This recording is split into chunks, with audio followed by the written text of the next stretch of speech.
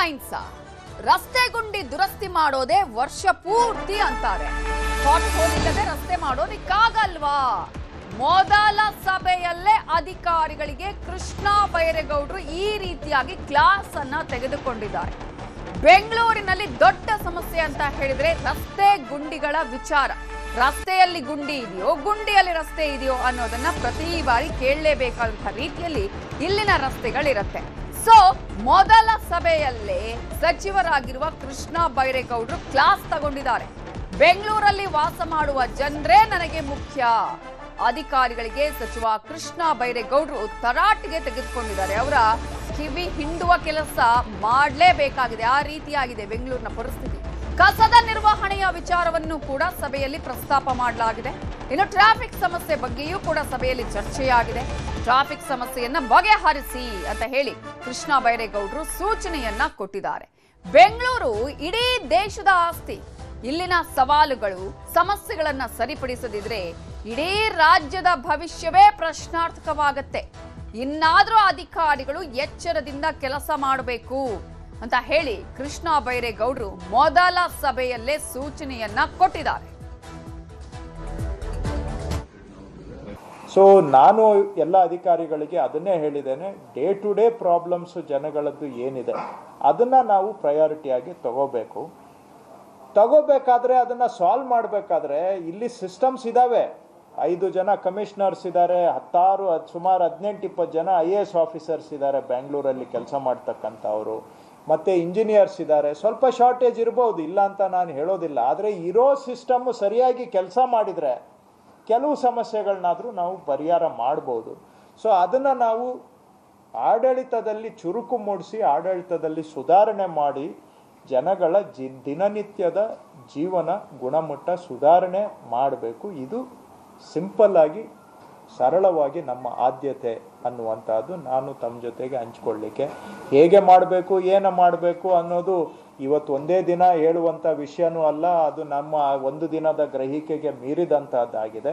But ಖಂಡಿತವಾಗಿ ಅದನ್ನು ನಾವು ಆದ್ಯತೆಯಾಗಿ ತಗೊಂಡು ಬೆಂಗಳೂರಿನಲ್ಲಿ ವಾಸ ಮಾಡ್ತಕ್ಕಂಥ ಜನ ಅವರಿಗೆ ಬರೀ ಫಿಸಿಕಲ್ ಇನ್ಫ್ರಾಸ್ಟ್ರಕ್ಚರ್ ಅಷ್ಟೇ ಅಲ್ಲ. ಫಿಸಿಕಲ್ ಇನ್ಫ್ರಾಸ್ಟ್ರಕ್ಚರ್ ಅಂದರೆ ರೋಡು, ನೀರು, ಡ್ರೈನು ಇವೆಲ್ಲ ಬರ್ತವೆ. ಅದರ ಜೊತೆಗೆ ಕ್ವಾಲಿಟಿ ಆಫ್ ಲೈಫ್, ಜೀವನದ ಗುಣಮಟ್ಟ ಬೇರೆ ಅಂಶಗಳ ಮೇಲೇನೂ ಅವಲಂಬಿತವಾಗಿರ್ತದೆ. ಇಲ್ಲಿ ಸಾಂಸ್ಕೃತಿಕವಾಗಿ ಸಂಪದ್ಭರಿತವಾದಂತಹ ವಾತಾವರಣ ಇರಬೇಕು. ಬಿಡಿಎ, ಬಿಎಂಆರ್ಡಿಎ ಹೊರತುಪಡಿಸಿ ಖಾತೆಯನ್ನ ಕೊಟ್ಟಿರುವ ವಿಚಾರಕ್ಕೆ ಸಂಬಂಧಪಟ್ಟ ಹಾಗೆ ಖಾತೆಯ ಬಗ್ಗೆ ಈಗ ಕ್ಲಾರಿಟಿ ಕೊಟ್ಟಿದ್ದಾರೆ ಸಚಿವರಾಗಿರುವ ಕೃಷ್ಣ ಬೈರೇಗೌಡರು.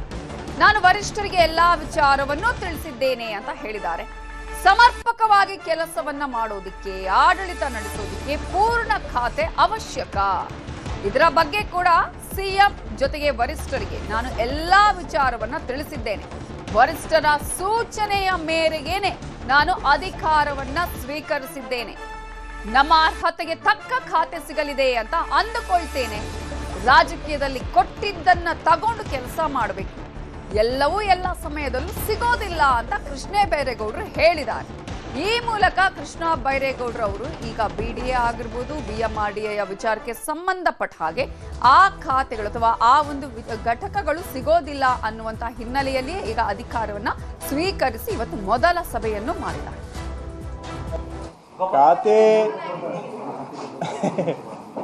ಖಾತೆ ವಿಷಯದಲ್ಲಿ ನನ್ನ ಅಭಿಪ್ರಾಯ, ನಾನು ಮಾನ್ಯ ಮುಖ್ಯಮಂತ್ರಿಗಳಿಗೆ ಮತ್ತು ಪಕ್ಷದ ವರಿಷ್ಠರಿಗೆ ತಿಳಿಸಿದ್ದೇನೆ. ನನ್ನ ಅಭಿಪ್ರಾಯ ಇಲ್ಲಿ ನಾವು ಸಮರ್ಪಕವಾಗಿ ಆಡಳಿತ ನಡೆಸಬೇಕು ಅಂತ ಹೇಳಿದರೆ ಮತ್ತು ಉತ್ತರದಾಯಿತ್ವ ಇಟ್ಕೊಂಡು, ಅಕೌಂಟಬಿಲಿಟಿ ಇಟ್ಕೊಂಡು ಫಲಿತಾಂಶ ರಿಸಲ್ಟ್ ಕೊಡಬೇಕು ಅಂತ ಹೇಳಿದ್ರೆ ಒಂದು ಸ್ಪಷ್ಟತೆ ಇರಬೇಕು ಅಂತ ನಾನು ತಮ್ಮ ಜೊತೆಗೂ ಕೂಡ ಈಗಾಗಲೇ ಹೇಳಿದ್ದೇನೆ. ಅದೇ ವಿಷಯವನ್ನು ಮುಖ್ಯಮಂತ್ರಿಗಳ ಗಮನಕ್ಕೆ ಮತ್ತು ವರಿಷ್ಠರ ಗಮನಕ್ಕೆ ತಂದಿದ್ದೇನೆ. ಅವರು ಅದರ ಬಗ್ಗೆ ತೀರ್ಮಾನ ಮಾಡ್ತಾರೆ. ಹೇಗೆ ಇರಬೇಕು, ಏನಿರಬೇಕು ಅನ್ನೋದನ್ನ ಅವರು ತೀರ್ಮಾನ ಮಾಡ್ತಾರೆ. ನಾನು ನಿಜ ಅದು ಸ್ಪಷ್ಟತೆ ಕೊಟ್ಟ ಮೇಲೆ ಜವಾಬ್ದಾರಿ ವಹಿಸ್ಕೊಳ್ಳೋದು ಸೂಕ್ತ ಅನ್ನುವಂಥ ನಿಲುವನ್ನು ಹೊಂದಿದ್ದೆ. ಆದರೆ ಮುಖ್ಯಮಂತ್ರಿಗಳು ಮತ್ತು ವರಿಷ್ಠರು ಸೂಚನೆ ಕೊಟ್ಟಿದ್ದಾರೆ, ನೀವು ಜವಾಬ್ದಾರಿಯನ್ನು ವಹಿಸ್ಕೊಂಡು ಕೆಲಸ ಆರಂಭ ಮಾಡಿ ಇದ್ರ ಬಗ್ಗೆ ನಾವು ತೀರ್ಮಾನ ಮಾಡ್ತೇವೆ ಅಂತ. ಅಂತಿಮವಾಗಿ ನಾನು ಅವರ ಮಾತಿಗೆ ಗೌರವ ಕೊಡಬೇಕಾಗತ್ತೆ. ಅದಕ್ಕೆ ಅವ್ರ ಮಾತಿಗೆ ಗೌರವವನ್ನು ಕೊಟ್ಟು ಜವಾಬ್ದಾರಿ ವಹಿಸ್ಕೊಂಡು ನಾನು ಕೆಲಸವನ್ನು ಆರಂಭ ಮಾಡಿದ್ದೆ.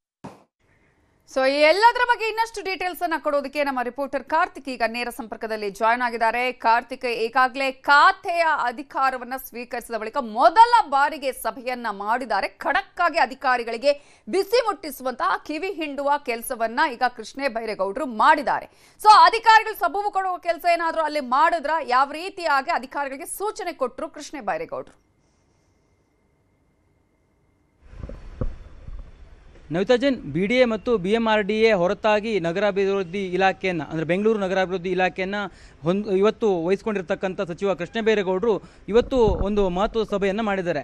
ಗ್ರೇಟರ್ ಬೆಂಗಳೂರು ಪ್ರಾಧಿಕಾರದ ಹಿರಿಯ ಅಧಿಕಾರಿಗಳೊಂದಿಗೆ ನಡೆದಂಥ ಸಭೆಯಲ್ಲಿ ಪ್ರಮುಖವಾಗಿ ಸಚಿವರು ಉಲ್ಲೇಖ ಮಾಡಿರುವಂಥ ವಿಚಾರ ಏನಂತಂದರೆ ಕಾಮಗಾರಿಗಳ ಕ್ವಾಲಿಟಿ ಇರ್ಬೋದು, ಹಾಗೆ ಇಲ್ಲಿ ನಡೀತಾ ಇರತಕ್ಕಂತಹ ಕಸದ ಮಾಫಿಯಾ ಇರ್ಬೋದು, ಈ ಎಲ್ಲ ವಿಚಾರಗಳ ಬಗ್ಗೆ ಅಲ್ಲಿ ಚರ್ಚೆಯನ್ನು ಮಾಡಿದ್ದಾರೆ. ಅಧಿಕಾರಿಗಳಿಗೆ ಸ್ಪಷ್ಟವಾಗಿ ಸೂಚನೆಯನ್ನು ಕೂಡ ಸಚಿವರು ಕೊಟ್ಟಿದ್ದಾರೆ.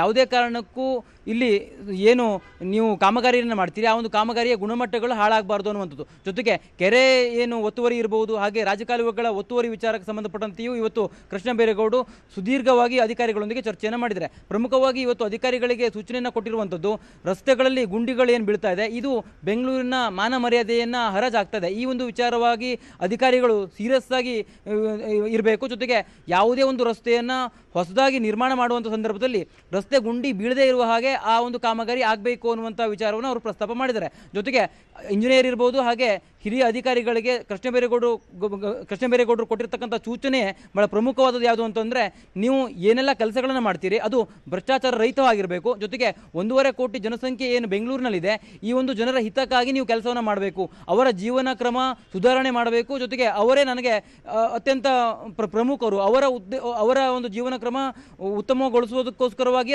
ನಾನು ಕೆಲಸವನ್ನು ಮಾಡಬೇಕು ಅನ್ನುವಂಥ ನಿಟ್ಟಿನಲ್ಲಿ ಇವತ್ತು ಅವರು ಪ್ರಸ್ತಾಪವನ್ನು ಮಾಡಿದ್ದಾರೆ. ಜೊತೆಗೆ ಅಧಿಕಾರಿಗಳಿಗೆ ಈ ಹಿಂದೆ ಏನೆಲ್ಲ ಆಗಿತ್ತು ಅದಕ್ಕೆ ಸಂಬಂಧಪಟ್ಟಂತೆ ನಾನು ಏನನ್ನೂ ಕೂಡ ಪ್ರಶ್ನೆ ಮಾಡೋದಿಲ್ಲ, ಮುಂದೆ ದಿನನಿತ್ಯವೂ ಕೂಡ ನಿಮ್ಮೊಂದಿಗೆ ನಾನು ಇರ್ತೇನೆ, ನೀವು ಏನೆಲ್ಲ ಕೆಲಸಗಳನ್ನು ಮಾಡ್ತೀರಾ ಅದೆಲ್ಲವನ್ನು ಕೂಡ ನಾನು ಗಮನಿಸ್ತೇನೆ. ಜೊತೆಗೆ ಯಾವುದೂ ಕೂಡ ಇಲ್ಲಿ ಭ್ರಷ್ಟಾಚಾರಕ್ಕೆ ಆಸ್ಪದಗಳಾಗಬಾರ್ದು, ಯಾವುದೇ ಕಾಮಗಾರಿಗಳಿರ್ಬೋದು ಅದೆಲ್ಲವೂ ಕೂಡ ಭ್ರಷ್ಟಾಚಾರ ರಹಿತವಾಗಿ ಇರಬೇಕು ಅನ್ನುವಂಥ ಒಂದು ಸಲಹೆಗಳನ್ನು ಕೊಟ್ಟಿದ್ದಾರೆ.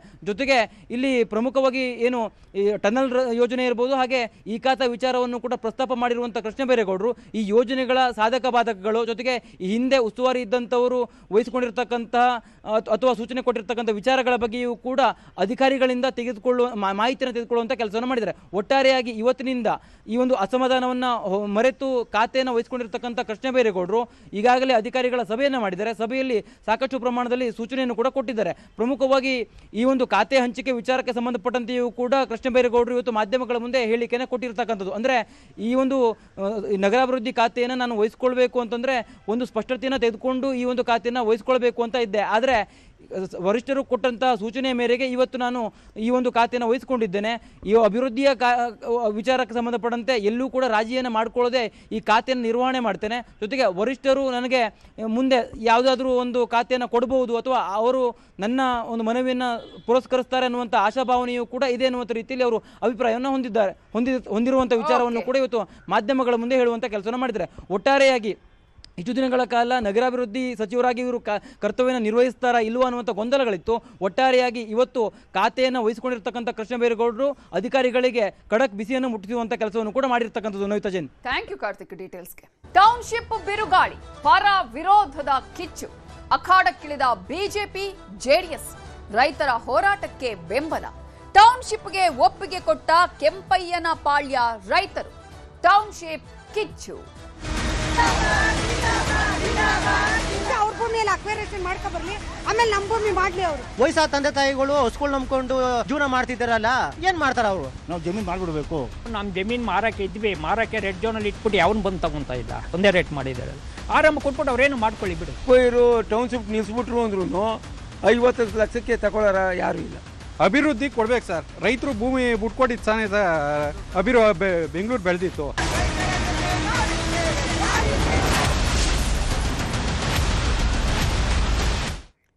ಬಿಡದಿ ಟೌನ್ಶಿಪ್ ವಿಚಾರದಲ್ಲಿ ಪರ ವಿರೋಧ ಅಭಿಪ್ರಾಯಗಳು ಚರ್ಚೆಗಳು ನಡೀತಾ ಇರುವ ಸಂದರ್ಭದಲ್ಲೇ ಕೆಂಪಯ್ಯನ ಪಾಳ್ಯ ರೈತರಿಂದ ಭೂ ಸ್ವಾಧೀನಕ್ಕೆ ಒಪ್ಪಿಗೆ ನೀಡಲಾಗಿದೆ.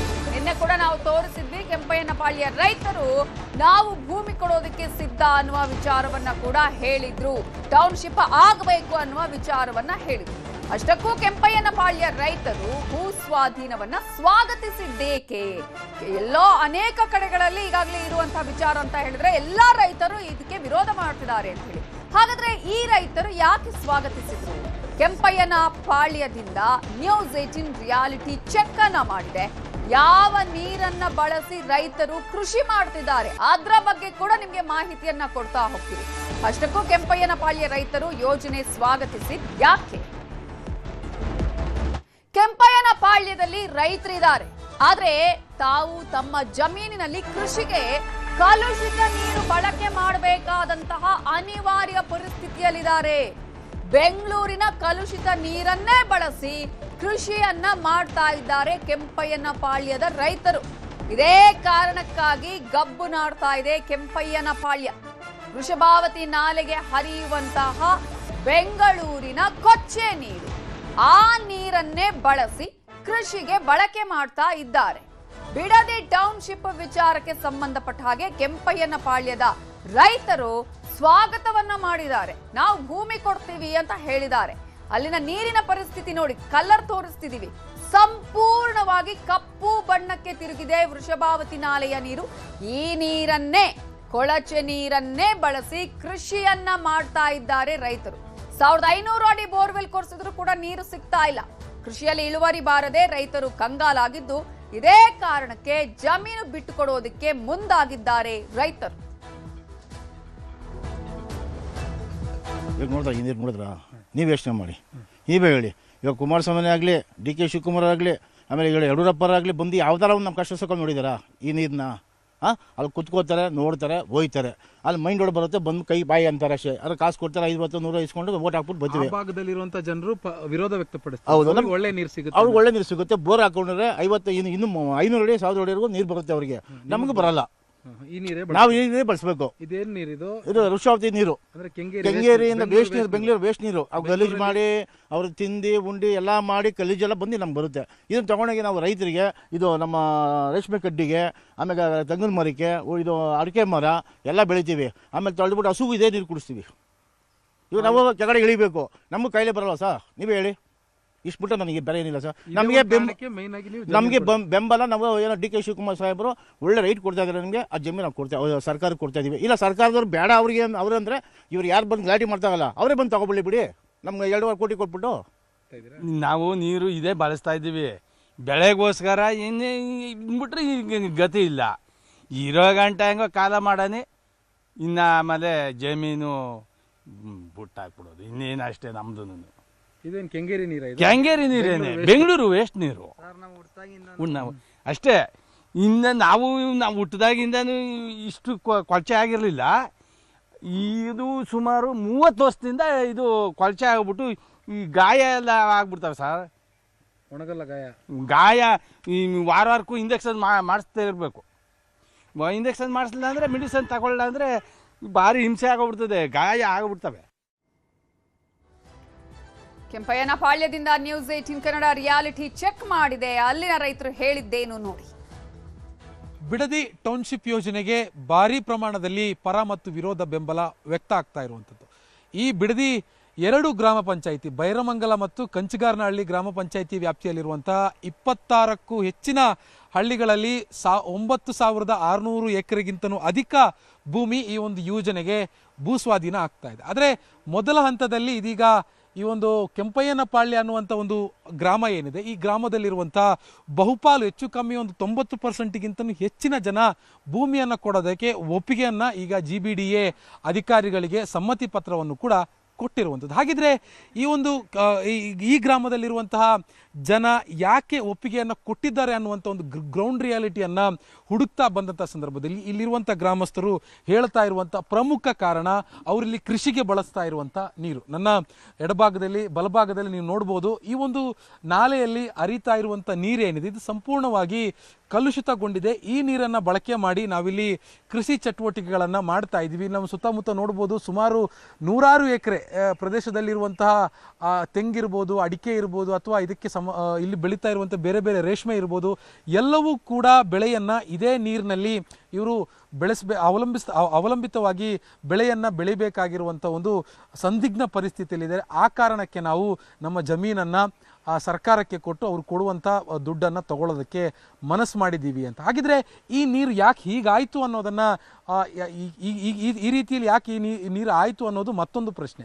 ಈ ನೀರು ಬರ್ತಾ ಇರುವಂಥದ್ದು ಬೆಂಗಳೂರಿನ ಕೆಂಗೇರಿ ಅಂದರೆ ವೃಷಭಾವತಿ ನಾಲೆಯಿಂದ. ಅಂದರೆ ಬೆಂಗಳೂರಿನಲ್ಲಿರುವಂಥ ಜನ ಬಳಕೆ ಮಾಡಿರುವಂಥ ತಮ್ಮ ದೈನಂದಿನ ಜೀವನದಲ್ಲಿ ಅವರು ಏನು ಬಳಕೆ ಮಾಡ್ತಾರೆ ನೀರನ್ನು, ಆ ನೀರು ಈ ಒಂದು ವೃಷಭಾವತಿ ಕೆಂಗೇರಿ ನಾಲೆ ಮೂಲಕವಾಗಿ ಇಲ್ಲಿ ಹರಿದು ಬರ್ತಾ ಇರುವಂಥದ್ದು. ಇಲ್ಲಿಂದ ನೇರವಾಗಿ ಮುತ್ತತ್ತಿ ಮತ್ತು ಹೊಗೇನಕಲ್ ಫಾಲ್ಸ್ಗೆ ಹೋಗಿ ಅಲ್ಲಿಂದ ನಂತರ ಫಿಲ್ಟರ್ ಆಗಿ ತಮಿಳುನಾಡಿಗೆ ನೀರನ್ನು ಪೂರೈಸೋದಕ್ಕೆ ಅಲ್ಲಿನ ಸರ್ಕಾರ ವ್ಯವಸ್ಥೆಯನ್ನು ಮಾಡಿಕೊಂಡಿದೆ. ಆದರೆ ನಮ್ಮ ಸರ್ಕಾರ ನಮಗೆ ಈ ರೀತಿಯಾಗಿರುವಂಥ ವ್ಯವಸ್ಥೆ ಕೊಟ್ಟಿರುವಂಥದ್ದು, ಈ ನೀರಿನಲ್ಲಿ ಬೆಳೆ ಬೆಳೆದ್ರೆ ಎಷ್ಟು ಸುರಕ್ಷಿತವಾಗಿರುತ್ತೆ ಅನ್ನುವಂಥ ಒಂದು ಪ್ರಶ್ನೆಯನ್ನು ಈ ಭಾಗದಲ್ಲಿರುವಂಥ ರೈತರು ಕೇಳ್ತಾ ಇರುವಂಥದ್ದು. ಇದರಿಂದ ನಮಗೆ ನಾವು 1,50,000, 30,000, 70,000 ಎಷ್ಟೇ ಖರ್ಚು ಮಾಡಿ ನಾವು ಬೆಳೆಯನ್ನು ಬೆಳೆದ್ರೂ ಕೂಡ ನಮಗೆ ಸಮರ್ಪಕವಾಗಿರುವಂಥ ಬೆಳೆ ನಮ್ಮ ಕೈಗೆ ಇದುವರೆಗೂ ಕೂಡ ಬಂದಿಲ್ಲ, ನಮ್ಮ ತಾತರ ಕಾಲದಿಂದನೂ ಕೂಡ ನಮಗೆ ಸಿಕ್ಕಿಲ್ಲ ಅನ್ನುವಂಥ ಒಂದು ನೋವನ್ನು, ಆ ಮಾತನ್ನು ಇವರು ಆಡ್ತಾ ಇರುವಂಥದ್ದು. ಈ ಕಾರಣಕ್ಕಾಗಿ ಈಗ ಸರ್ಕಾರ ಒಂದೊಳ್ಳೆ ಬೆಲೆ ಕೊಡ್ತಾ ಇದೆ ನಮಗೆ. ಅಂದರೆ ಈ ಭಾಗದಲ್ಲಿ 1 ಎಕರೆಗೆ ಹೆಚ್ಚು ಕಮ್ಮಿ 30 ಲಕ್ಷ, 35 ಲಕ್ಷ, ಹಬ್ಬಬ್ಬ ಅಂದರೆ 40 ಲಕ್ಷಕ್ಕೂ ಕೂಡ ಹೋಗುತ್ತೆ. ಆದರೆ ಸರ್ಕಾರ ನಮಗೀಗ 2,07,30,000 ರೂಪಾಯಿ ಬೆಲೆ ನಿಗದಿ ಮಾಡಿದೆ. ಹಾಗಾಗಿ ನಾವು ನಮ್ಮ ಜಮೀನನ್ನು ಕೊಡದೆ ಒಪ್ಕೊಂಡಿದ್ದೀವಿ. ಬಿಟ್ಟರೆ ಇದರಲ್ಲಿ ಯಾವುದೇ ರೀತಿಯಾಗಿರುವಂಥ ರಾಜಕೀಯ ಇಲ್ಲ. ನಮ್ಮನ್ನು ನಾವು ಒಪ್ಪಿಗೆ ಕೊಟ್ಟಿದ್ದೀವಿ ಅಂತ ಕಾರಣಕ್ಕೆ ನಮ್ಮನ್ನು ಏಜೆಂಟ್ಗಳಂತ ಅಥವಾ ಕಮಿಷನ್ ತಿನ್ನೋದಕ್ಕೆ, ಕಮಿಷನ್ ತಗೊಳ್ಳೋದಕ್ಕೆ ಇವರು ಮನಸ್ಸು ಮಾಡಿದ್ದಾರೆ ಅನ್ನುವಂಥ ಆರೋಪಗಳನ್ನು ನಮ್ಮ ಮೇಲೆ ಮಾಡಿದ್ದಾರೆ ಅನ್ನುವಂಥ ಮಾತನ್ನು ಕೆಂಚನಪಾಳ್ಯ ಭಾಗದ ಇರುವಂಥ ಜನರು ಹೇಳ್ತಾ ಇರುವಂಥದ್ದು. ಒಟ್ಟಾರೆ ಈ ಒಂದು ನಾಲೆಯಲ್ಲಿ ಬರ್ತಾ ಇರುವಂಥ ನೀರನ್ನು ನಾವು ಬಳಸಿ, ಅಂದರೆ ಇಲ್ಲಿ ಈ ಭಾಗದಲ್ಲಿರುವಂಥ ರೈತರು ಬಳಸಿ ಕೃಷಿಯನ್ನು ಮಾಡ್ತಾ ಇದ್ವಿ. ಹೀಗಾಗಿ ನಮ್ಗೆ ನಷ್ಟ ಆಗ್ತಾ ಇದೆ. ಆ ಕಾರಣಕ್ಕೆ ನಮ್ಮ ಭೂಮಿಯನ್ನು ಕೊಡೋದಕ್ಕೆ ನಾವು ಒಪ್ಕೊಂಡಿದ್ದೀವಿ ಅನ್ನುವಂಥ ಮಾತು ಈ ಭಾಗದಲ್ಲಿರುವಂಥ ರೈತರು ಹೇಳ್ತಾ ಇರುವಂಥದ್ದು. ಬಿಡದಿಯಿಂದ ಕ್ಯಾಮ್ರಾ ಪರ್ಸನ್ ರಾಯ್ಡು ಜೊತೆ ಆಶಿಕ್ ಮುಲ್ಕಿ, ನ್ಯೂಸ್ 18. ಪಾಳ್ಯದಿಂದ ನ್ಯೂಸ್ 18 ಕನ್ನಡ ರಿಯಾಲಿಟಿ ಚೆಕ್ ಮಾಡಿದೆ. ಅಲ್ಲಿನ ರೈತರು ಹೇಳಿದ್ದೇನು ನೋಡಿ. ಬಿಡದಿ ಟೌನ್ಶಿಪ್ ಯೋಜನೆಗೆ ಭಾರಿ ಪ್ರಮಾಣದಲ್ಲಿ ಪರ ಮತ್ತು ವಿರೋಧ ಬೆಂಬಲ ವ್ಯಕ್ತ ಆಗ್ತಾ ಇರುವಂಥದ್ದು. ಈ ಬಿಡದಿ 2 ಗ್ರಾಮ ಪಂಚಾಯಿತಿ, ಬೈರಮಂಗಲ ಮತ್ತು ಕಂಚಿಗಾರನಹಳ್ಳಿ ಗ್ರಾಮ ಪಂಚಾಯಿತಿ ವ್ಯಾಪ್ತಿಯಲ್ಲಿರುವಂತಹ 26ಕ್ಕೂ ಹೆಚ್ಚಿನ ಹಳ್ಳಿಗಳಲ್ಲಿ 9,600 ಎಕರೆಗಿಂತನೂ ಅಧಿಕ ಭೂಮಿ ಈ ಒಂದು ಯೋಜನೆಗೆ ಭೂಸ್ವಾಧೀನ ಆಗ್ತಾ ಇದೆ. ಆದರೆ ಮೊದಲ ಹಂತದಲ್ಲಿ ಇದೀಗ ಈ ಒಂದು ಕೆಂಪಯ್ಯನಪಾಳ್ಯ ಅನ್ನುವಂಥ ಒಂದು ಗ್ರಾಮ ಏನಿದೆ, ಈ ಗ್ರಾಮದಲ್ಲಿರುವಂಥ ಬಹುಪಾಲು ಹೆಚ್ಚು ಕಮ್ಮಿ ಒಂದು 90%ಗಿಂತಲೂ ಹೆಚ್ಚಿನ ಜನ ಭೂಮಿಯನ್ನು ಕೊಡೋದಕ್ಕೆ ಒಪ್ಪಿಗೆಯನ್ನು ಈಗ GBDA ಅಧಿಕಾರಿಗಳಿಗೆ ಸಮ್ಮತಿ ಪತ್ರವನ್ನು ಕೂಡ ಕೊಟ್ಟಿರುವಂಥದ್ದು. ಹಾಗಿದ್ರೆ ಈ ಒಂದು ಈ ಗ್ರಾಮದಲ್ಲಿರುವಂತಹ ಜನ ಯಾಕೆ ಒಪ್ಪಿಗೆಯನ್ನು ಕೊಟ್ಟಿದ್ದಾರೆ ಅನ್ನುವಂಥ ಒಂದು ಗ್ರೌಂಡ್ ರಿಯಾಲಿಟಿಯನ್ನು ಹುಡುಕ್ತಾ ಬಂದಂಥ ಸಂದರ್ಭದಲ್ಲಿ ಇಲ್ಲಿರುವಂಥ ಗ್ರಾಮಸ್ಥರು ಹೇಳ್ತಾ ಇರುವಂಥ ಪ್ರಮುಖ ಕಾರಣ ಅವರಿಲ್ಲಿ ಕೃಷಿಗೆ ಬಳಸ್ತಾ ಇರುವಂಥ ನೀರು. ನನ್ನ ಎಡಭಾಗದಲ್ಲಿ ಬಲಭಾಗದಲ್ಲಿ ನೀವು ನೋಡ್ಬೋದು, ಈ ಒಂದು ನಾಲೆಯಲ್ಲಿ ಹರಿತಾ ಇರುವಂಥ ನೀರೇನಿದೆ ಇದು ಸಂಪೂರ್ಣವಾಗಿ ಕಲುಷಿತಗೊಂಡಿದೆ. ಈ ನೀರನ್ನು ಬಳಕೆ ಮಾಡಿ ನಾವಿಲ್ಲಿ ಕೃಷಿ ಚಟುವಟಿಕೆಗಳನ್ನು ಮಾಡ್ತಾ ಇದ್ದೀವಿ. ನಮ್ಮ ಸುತ್ತಮುತ್ತ ನೋಡ್ಬೋದು, ಸುಮಾರು 100 ಎಕರೆ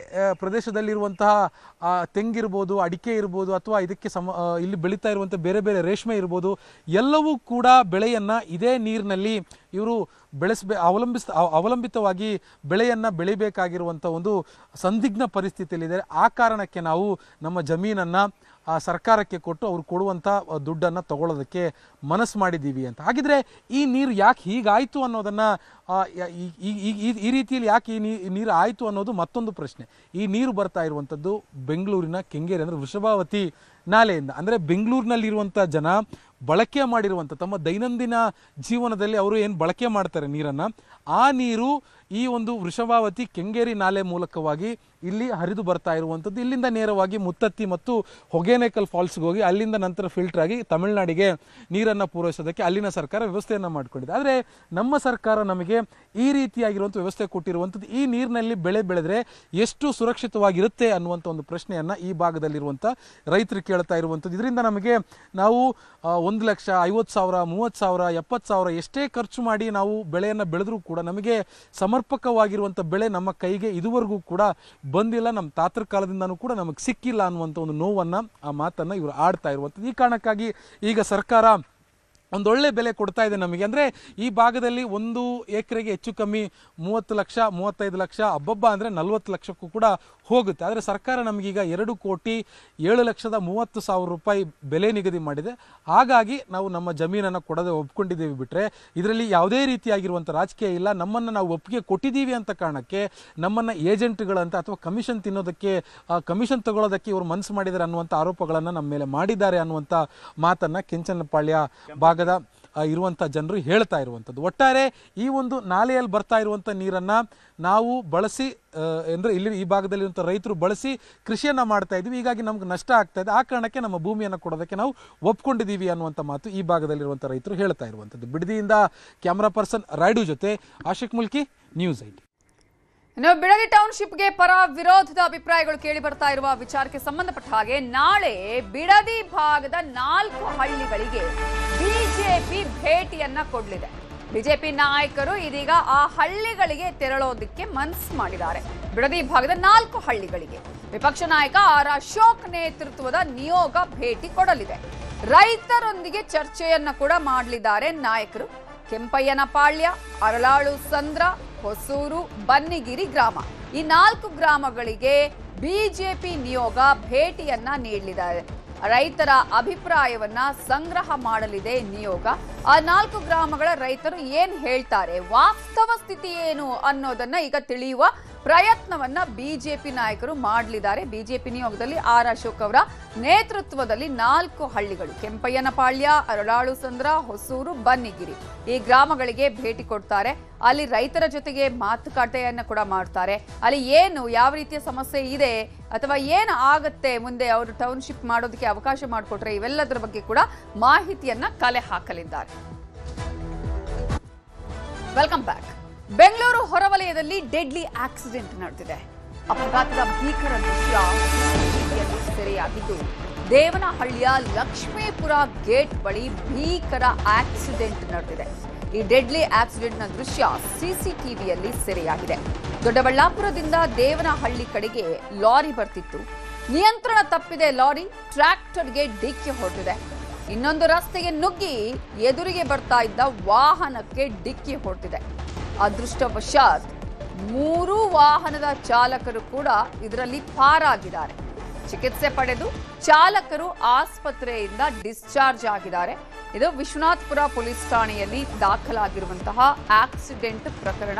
ಈ ಭೀಕರ ಆಕ್ಸಿಡೆಂಟ್ನ ದೃಶ್ಯ ಸಿಸಿಟಿವಿಯಲ್ಲಿ ಸೆರೆಯಾಗಿದೆ. ದೃಶ್ಯಗಳಲ್ಲಿ ನೀವೀಗ ಗಮನಿಸಬಹುದು. ನಿಯಂತ್ರಣ ತಪ್ಪಿ ಅಲ್ಲಿ ಲಾರಿ ಈ ಕಡೆ ನುಗ್ಗಿ ಬಂದಿದೆ, ಮತ್ತೊಂದು ವೆಹಿಕಲ್ ಆ ಕಡೆ ಹೋಗಿ ಬಿದ್ದಿದೆ. ಆ ದೃಶ್ಯಾವಳಿಗಳು ನೋಡಿದ್ರೇನೆ ಎಷ್ಟು ಭೀಕರವಾಗಿದೆ, ಎಷ್ಟು ಭಯಾನಕವಾಗಿದೆ ಅನ್ನೋದು ಗೊತ್ತಾಗುತ್ತೆ.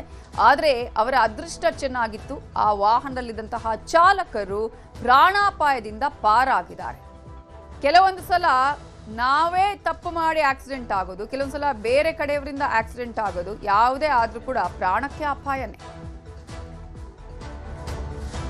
ಇದೇ ವಿಚಾರಕ್ಕೆ ಸಂಬಂಧಪಟ್ಟ ಹಾಗೆ ಇನ್ನಷ್ಟು ಡೀಟೇಲ್ಸ್ ಕೊಡೋದಕ್ಕೆ ನಮ್ಮ ರಿಪೋರ್ಟರ್ ಮನುಕುಮಾರ್ ಫೋನ್ ಸಂಪರ್ಕದಲ್ಲಿ ಜಾಯ್ನ್ ಆಗಿದ್ದಾರೆ. ಮನು, ಆ ಭೀಕರ ಆಕ್ಸಿಡೆಂಟ್ ದೃಶ್ಯ ನೋಡಿದ್ರೇನೆ ಭಯ ಆಗತ್ತೆ, ಯಾವ ರೀತಿಯಾಗಿ ಆಗಿದೆ ಅನ್ನೋದು. ಆದ್ರೆ ಅದೃಷ್ಟ ಅಂತ ಹೇಳಿದ್ರೆ 3 ಚಾಲಕರ ಪ್ರಾಣಾಪಾಯದಿಂದ ಪಾರಾಗಿದ್ದಾರೆ ಅಂತ ಹೇಳಿ, ಈ ಒಂದು ಘಟನೆಗೆ ಸಂಬಂಧಪಟ್ಟ ಹಾಗೆ ಡೀಟೇಲ್ಸ್ ಕೊಡೋದಾದ್ರೆ. ಎಸ್ ನವಿತಾ ಜೇನು, 13ನೇ ತಾರೀಕು ಈ ಘಟನೆ ನಡೆದಿರುವಂತದ್ದು. ಪ್ರಮುಖವಾಗಿ ಎಡಭಾಗದಲ್ಲೇ ಹೋಗ್ತಿದ್ದಂತ ಟ್ರಾಕ್ಟರ್ಗೆ ಮೊದಲು ಲಾರಿ ಡಿಕ್ಕಿ ಹೊಡಿತದೆ. ಡಿಕ್ಕಿ ಹೊಡೆದಂತ ಪರಿಣಾಮವಾಗಿ ಟ್ರಾಕ್ಟರ್ ಕೂಡ ಎಡಭಾಗಕ್ಕೆ ಚಾಲನೆ ಆಗ್ತಿದೆ. ಅದು ಕೂಡ ಬಲಭಾಗಕ್ಕೆ ಬಂದಿದ್ರೆ ಮತ್ತೆ ಮುಂದೆಗಡೆ ಹೋಗ್ತಿದ್ದಂತ 2-3 ವಾಹನಗಳಿಗೆ ಗುದ್ದುವಂತ ಸಾಧ್ಯತೆ ಕೂಡ ಇತ್ತು. ಟ್ರಾಕ್ಟರ್ಗೆ ಗುದ್ದಿದಂತ ಲಾರಿ ಮತ್ತೆ ಡಿವೈಡರ್ಗೆ ಗುದ್ದಿ ಆಪೋಸಿಟ್ ಹೋಗ್ತಿದ್ದಂತ ರಸ್ತೆಗೂ ಕೂಡ ಹೋಗಿರುವಂತದ್ದು. ಆ ಹೋದಂತ ಸಮಯದಲ್ಲಿ ಮುಂದೆ ಬರ್ತಿದ್ದಂತ ಬೊಲೆರೋ ಗಾಡಿಗೂ ಕೂಡ ಡಿಕ್ಕಿ ಹೊಡೆದಿರುವಂತದ್ದು. ಈ ಸರಣಿ ಅಪಘಾತದಿಂದ 3 ಜನ ಚಾಲಕರಿಗೂ ಕೂಡ ಸಾಕಷ್ಟು ಗಾಯಗಳಾಗಿರ್ತವೆ. ಪ್ರಮುಖವಾಗಿ ಅಲ್ಲೇ ಪಕ್ಕದಲ್ಲೇ ಒಂದು ದ್ವಿಚಕ್ರ ವಾಹನ ಕೂಡ ಬರ್ತಾ ಇರ್ತದೆ. ಆ ಕೂಗಳತೆ ದೂರದಲ್ಲೇ ಇದ್ದಂತ ದ್ವಿಚಕ್ರ ವಾಹನ ಕ್ಷಣಮಾತ್ರದಲ್ಲೇ ಪ್ರಾಣಾಪಾಯದಿಂದ ಕೂಡ ಪಾರಾಗ್ತಾರೆ. ಅಂದ್ರೆ ಈ ಸರಣಿ ಅಪಘಾತದಿಂದ ಸಾಕಷ್ಟು ಗಾಯಗಳಾದ್ರೂ ಕೂಡ ಯಾವುದೇ ರೀತಿಯ ಪ್ರಾಣಾಪಾಯ ಕೂಡ ಸಂಭವಿಸಿಲ್ಲ. ಪ್ರಮುಖವಾಗಿ ಲಾರಿ ಚಾಲಕನ ನಿರ್ಲಕ್ಷ್ಯತೆ ಮತ್ತು ಬೇಜವಾಬ್ದಾರಿತನದ ಚಾಲನೆಯಿಂದಾಗಿ ಸರಣಿ ಅಪಘಾತ ಆಗಿರುವಂತದ್ದು. ಲಾರಿ ಚಾಲಕನೇ ಏಕಾಏಕಿ ಹೋಗಿ ಟ್ರಾಕ್ಟರ್ಗೆ ಗುದ್ದಿರುವಂತದ್ದು. ಅಂದ್ರೆ ತನ್ನ ಪಾಡಿಗೆ ತಾನು ಎಡಭಾಗದಲ್ಲಿ ಸ್ಲೋಗೆ ಹೋಗ್ತಾ ಇರ್ತದೆ. ಸ್ಲೋ ಹೋದ್ರೂ ಕೂಡ ಏನು ಈ ಲಾರಿ ಚಾಲಕ ಏಕಾಏಕಿ ಗುದ್ದಿದಂತ ಪರಿಣಾಮ ಈ ಸಣ್ಣ ಅಪಘಾತ ಆಗಿರುವಂತದ್ದು. ಹಾಗಾಗಿ ಈಗಾಗಲೇ ವಿಶ್ವನಾಥ ಪೊಲೀಸರು ಕೂಡ ಸ್ಥಳ ಪರಿಶೀಲನೆ ಮಾಡಿ 3 ವಾಹನಗಳನ್ನು ಸಹ ಏನು ವಶಕ್ಕೆ ತೆಗೆದುಕೊಂಡಿದ್ದಾರೆ. ಮತ್ತೆ ನಿರ್ಲಕ್ಷ್ಯ ವಹಿಸಿದಂತ ಚಾಲಕನ ವಿರುದ್ಧ ಕೂಡ ಈಗಾಗಲೇ ಪ್ರಕರಣವನ್ನು ದಾಖಲಿಸಿಕೊಂಡು ಈಗ ತನಿಖೆಯನ್ನು ಮುಂದುವರಿಸಿರುವಂತದ್ದು. ನವಿತಾ ಜೈ. ಮನು, ಈಗ ಹೈವೇ ಅಂತ ಹೇಳಂತಹ ಸಂದರ್ಭದಲ್ಲಂತೂ ತುಂಬಾ ವೇಗವಾಗಿ ಇರ್ತಾರೆ ವಾಹನ ಚಾಲಕರು. ಆ ರೀತಿಯಾಗಿ ಏನಾದ್ರೂ ಕಂಟ್ರೋಲ್ ತಪ್ಪಿರೋದಾ ಅಥವಾ ಆತನೇ ಹೈ ಸ್ಪೀಡ್ ಅಲ್ಲಿ ಇದ್ನಾ, ಹೇಗೆ? ನವಿತಾ ಜೈನ್, ಇದು ಪ್ರಮುಖವಾಗಿ ಚೆನ್ನೈ ಎಕ್ಸ್ಪ್ರೆಸ್ ಆಗಿರೋದ್ರಿಂದ ಏನು ಕ್ಷಣದಲ್ಲಿ ಸಾವಿರಾರು ವಾಹನಗಳು ಏನು ಸಂಚಾರವನ್ನ ಮಾಡ್ತಾ ಇರ್ತವೆ. ಏನೋ ಅಲ್ಲಿ ಡಿಸಿ ಆಫೀಸ್ ಇದೆ, ಡಿಸಿ ಆಫೀಸ್ ಇದ್ದಂತ ಸಮಯದಲ್ಲಿ ಅಲ್ಲಿ ಸ್ವಲ್ಪ ರಸ್ತೆ ಕೂಡ ಡೌನ್ ಇರುವಂತದ್ದು. ಏನು ಅತಿ ವೇಗವಾಗಿ ಬಂದಂತ ಲಾರಿ ಏಕಾಏಕಿ ಟ್ರಾಕ್ಟರ್ಗೆ ಗುದ್ದಿರುವಂತದ್ದು. ಅಂದ್ರೆ ಡೌನ್ ಇದ್ದಂತ ಸಮಯದಲ್ಲಿ ಏನು ಟ್ರಾಕ್ಟರ್ ಸ್ವಲ್ಪ ಸ್ಲೋಗೆ ಹೋಗ್ತಿರ್ತಾನೆ, ಆದ್ರೆ ಲಾರಿ ಚಾಲಕ ಹಿಂಬದಿಯಿಂದ ಸಾಕಷ್ಟು ವೇಗದಲ್ಲಿ ಬರ್ತಾನೆ. ವೇಗದಲ್ಲಿ ಬಂದಂತ ಕೂಡ ಏನು ಏಕಾಏಕಿ ಗುದ್ದಿರುವಂತದ್ದು. ಅಂದ್ರೆ ಯಾವ್ದೇ ರೀತಿಯ ಕಂಟ್ರೋಲ್ ಮಾಡೋದಕ್ಕೂ ಕೂಡ ಮುಂದಾಗೋದಿಲ್ಲ. ಆತನ ಸ್ಪೀಡ್ ಎಷ್ಟಿತ್ತು ಅಂದ್ರೆ ಟ್ರಾಕ್ಟರ್ಗೆ ಗುದ್ದಿದಂತ ಪರಿಣಾಮ ಸಡನ್ ಆಗಿ ಏನೋ ಡಿವೈಡರ್ಗೆ ಗುತ್ತಾನೆ. ಡಿವೈಡರ್ ಕೂಡ ಕಟ್ಟಾಗಿ ಮತ್ತೆ ಪಕ್ಕದ ರಸ್ತೆಗೆ ಹೋಗಿ ಒಂದು ಬುಲೆರೋ ವಾಹನಕ್ಕೂ ಕೂಡ ಏನೋ ಗುದ್ದಿ ಮತ್ತೆ ಫುಟ್ಪಾತ್ ರಸ್ತೆಗೆ ಬೀಳುವಂತದ್ದು. ಹಾಗಾಗಿ ಸಾಕಷ್ಟು ವೇಗದಲ್ಲಿದ್ದಂತ ಲಾರಿ ಚಾಲಕನ ನಿರ್ಲಕ್ಷ್ಯವೇ ಈ ಘಟನೆಗೆ ಏನು ಕಾರಣ ಆಗಿರುವಂತದ್ದು. ಪ್ರಮುಖವಾಗಿ ಲಾರಿ ಚಾಲಕ ಕೂಡ ಏನೋ ಬಲಭಾಗಕ್ಕೆ ಬಿದ್ದಿದ್ದರಿಂದ ಆತನಿಗೂ ಕೂಡ ಸಣ್ಣ ಪುಟ್ಟ ಗಾಯಗಳ ಹೊರತು ಯಾವುದೇ ರೀತಿ ಪ್ರಾಣಾಪಾಯ ಆಗಿಲ್ಲ. ಅಂದ್ರೆ ಅದು ರಸ್ತೆ ಕೂಡ ಸ್ವಲ್ಪ ಉಬ್ಬು ತಬ್ಬು ಇರೋದ್ರಿಂದ ಆತ ಏಕಾಏಕಿ ಸ್ಪೀಡ್ ಬಂದಂತ ಸಮಯದಲ್ಲಿ ಈ ಅಪಘಾತಕ್ಕೆ ಕಾರಣ ಆಗಿರುವಂತದ್ದು. ನವಿತಾ ಜೈ. Thank you Manukumar ಡೀಟೇಲ್ಸ್ಗೆ.